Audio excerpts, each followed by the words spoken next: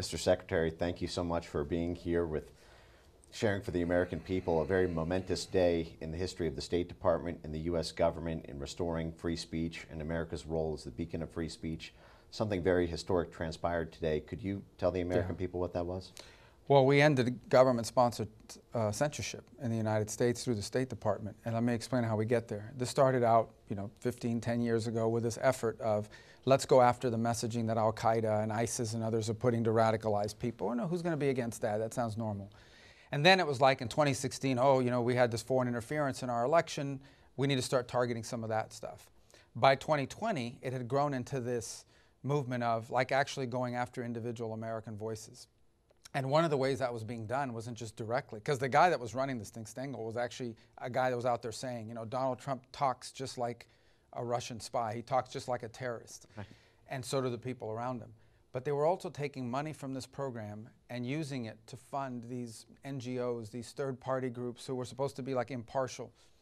Those groups were then tagging. They were literally tagging and labeling voices in American politics, Ben Shapiro, the Federalist, others, tagging them as foreign agents.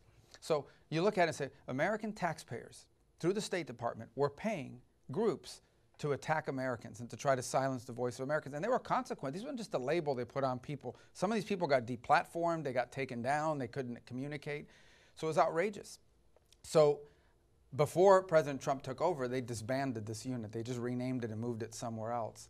But now, over the last few months, we've worked on it and just taken it down. And to the extent we're spending money now, we are going to spend money on messaging. It's going to be pro-American messaging, and it's going to be incentivizing and protecting free speech, which is threatened in all over the world, including countries that are allies of ours. The best way to counter disinformation, if that's what people are thinking is out there, the best way to counter disinformation is free speech, is to make sure that what's true has as equal or greater opportunity to communicate as what's not true. We've learned that the hard way. But when you turn disinformation into a weapon, a political weapon, a label that you can use to go after people you don't like and say, anything that person's saying is disinformation. Well, listen, I read mainstream newspapers every day, or I watch mainstream broadcast every day that I know are disinformation. Okay, we have an issue right now. They keep calling it Maryland man deported to El Salvador. No, not Maryland man, El Salvador citizen deported to El Salvador. That's disinformation. Every day, a U.S. senator yesterday said that this guy was a kidnapped American citizen, and they published it in the article without any fact check. He's not an American citizen. So the important thing is that we have free speech so we can counter that, so we can say this is not true. That's the way you handle that. And but we have instances now in Western countries where people are being arrested. You've seen this. I'm sure yes. you know what I'm talking about. Absolutely. People are out there, they put a post and the cop comes knocking on their door. You're going to go to jail for 60 days for posting something online. Right. This is crazy stuff that's happening around. The vice president addressed this in his speech at the Munich conference back in February. Yes. So we got a lot of work to do, but the most important thing is we're going to make sure that as we communicate to the world, it's going to be pro-American. Things that build up what this country's working on and explaining what we're doing, not attacking Americans who are exercising their First Amendment rights. The classic work of the State Department in the 20th century. Yeah, and you mentioned this network that was paid through the State Department through grants and contracts, and my understanding is that network also targeted the Undersecretary for Public Diplomacy, Darren Beattie, who I believe played an important role in this restructuring as well. And credit to you and to the Undersecretary. One of the questions that remains, this is obviously amazing news, I think, to the entire American people about the defunding and the restructuring. There are lingering questions about what was done during that period, where we now have so many people wondering, was I censored because of something the State Department did? Was my news organization bankrupted? Were advertisers contacted about it? And there are aggrieved parties. There's an important historical record that needs to be unearthed. There are active lawsuits. There are many reasons for a public disclosure effort on top of this development today. Are there any efforts underway to be able to have a kind of GEC files as there were for the Twitter files? Yeah, so I think what we have to do now, and Darren will be big involved in that as well, is sort of document what happened. Because one thing is to say it in a broadcast like this, another thing is to actually put it on paper. And there's two reasons to do it. The first is because I think people who were harmed deserve to know that and be able to prove that they were harmed. And then the other is to make sure it never happens again.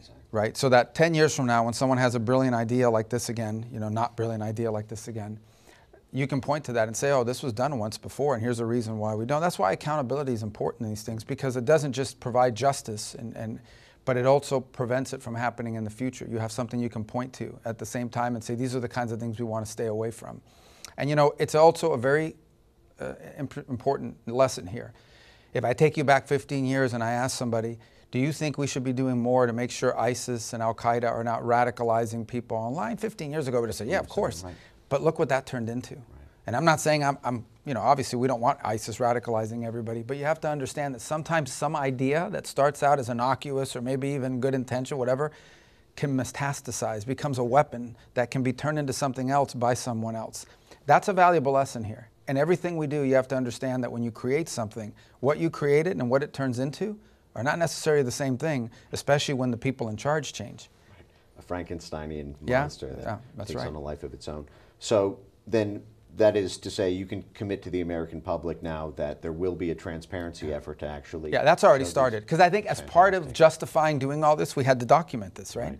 So now I think there's more in-depth, and we'll create a process for people that sort of point. We already know some of the higher profile ones, but there are more than the higher profile ones, right? There are a lot of other, including everyday individual American citizens who suddenly were labeled. And I think this is going to require some cross-jurisdictional work, because some of it's going to require us to go back and prove, okay, somebody got deplatformed in 2021, right? And like in the middle of COVID, 2020, someone got deplatformed, and tracking, we can prove that. People can show, hey, I got deplatformed by the old Facebook or by the old Twitter or whatever. But then linking that to why were they deplatformed? Who told them to deplatform? And if we could somehow, with internal review, create a linkage between some information that came from something the State Department paid for and an actual aggrieved party, that's what's important. Because I think that one thing is to point to the high-profile cases, which we're aware of. But I think when people see that there were actually just individual, everyday Americans that were deplatformed, and for whatever, silenced because somebody associated with this program identified them, I think that's what's really going to be eye-opening to a lot of people. But we didn't want to wait for that to take action. We know enough to already act. Right. But we obviously want to know the depth and the scope of this. That's going to happen. Yeah. Right. It's already happening. This is a program that has been shrouded in secrecy. Journalists like Matt Taibbi have tried to FOIA for many of these grants and contracts and have encountered the Stonewall. So this is, I think, amazing news.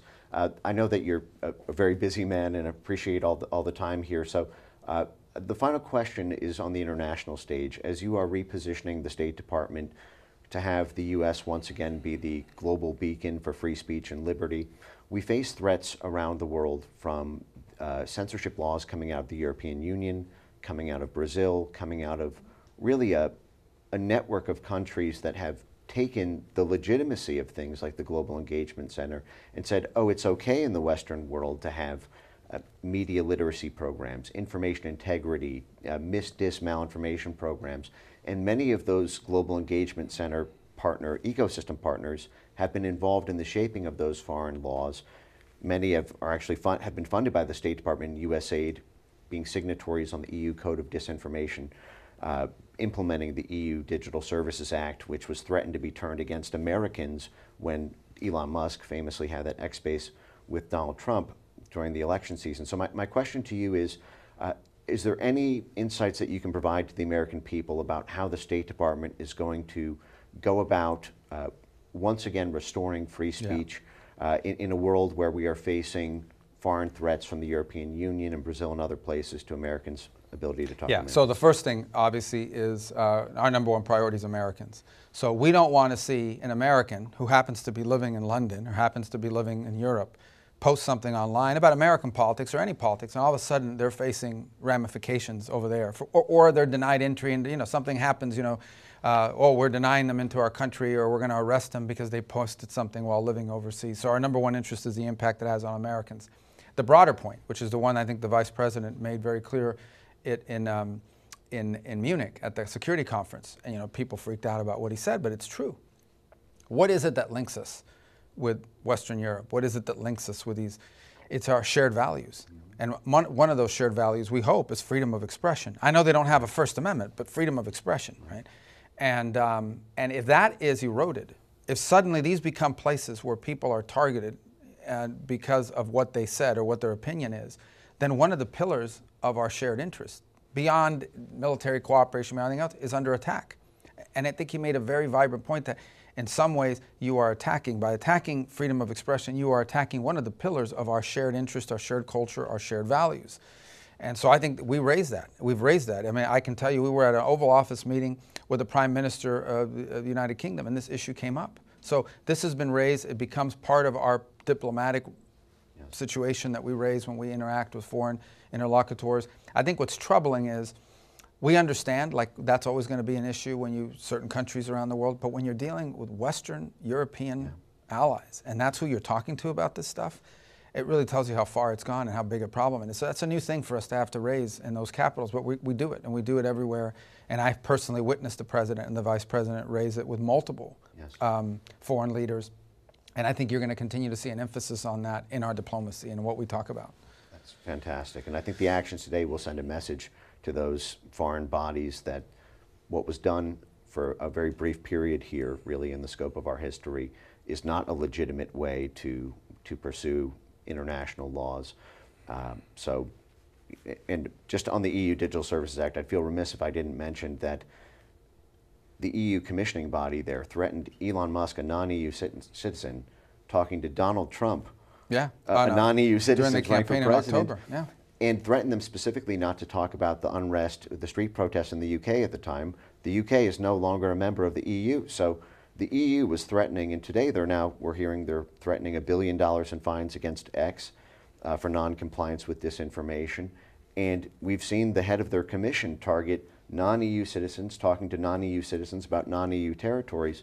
And so this is just one of these things, as this code becomes mandatory in July, to know that the State Department is focused on protecting free speech both within and without is I think, an important thing. Well, just beyond Elon, if a country or a group of countries, in the case of the EU, although it considers itself sort of a country because these countries have, given over a significant amount of sovereignty in order to become a member of the EU, when you have foreign entities taking actions that go after Americans for speech, that becomes a foreign policy irritant for the United States, and more than an irritant, it becomes an impediment in some cases to cooperate when they're going not just after a high-profile person like Elon, but anybody for that matter. I mean, I think if you extend this out, you could see it, threatening commentators, threatening people that are opining about world events, potentially threatening office holders in the United States. Right. I mean, so what if a American political figure, on the left or right, criticized something that was happening in Europe? Imagine right now if all these people freaking out over Bukele in El Salvador were suddenly being threatened by some Western Hemisphere version of the EU. Oh, we're going to come after you because you're attacking the president of El Salvador. The left would be freaking out. Right. So I think that this is a very legitimate issue for us to raise as a bilateral, or in this case with the EU, irritant in our foreign policy. It has to become part of one of the things that we raise when we interact with them about the impact this is having on American citizens. At the end of the day, the number one priority of the State Department is to serve the national interest of the United States and the interest of the American people. We work for the American people. Right. It's the United States Department of State. Yes. So that we need to return that principle in everything we do, including this. Right, and this is such a fair and frankly merciful way of doing this as well.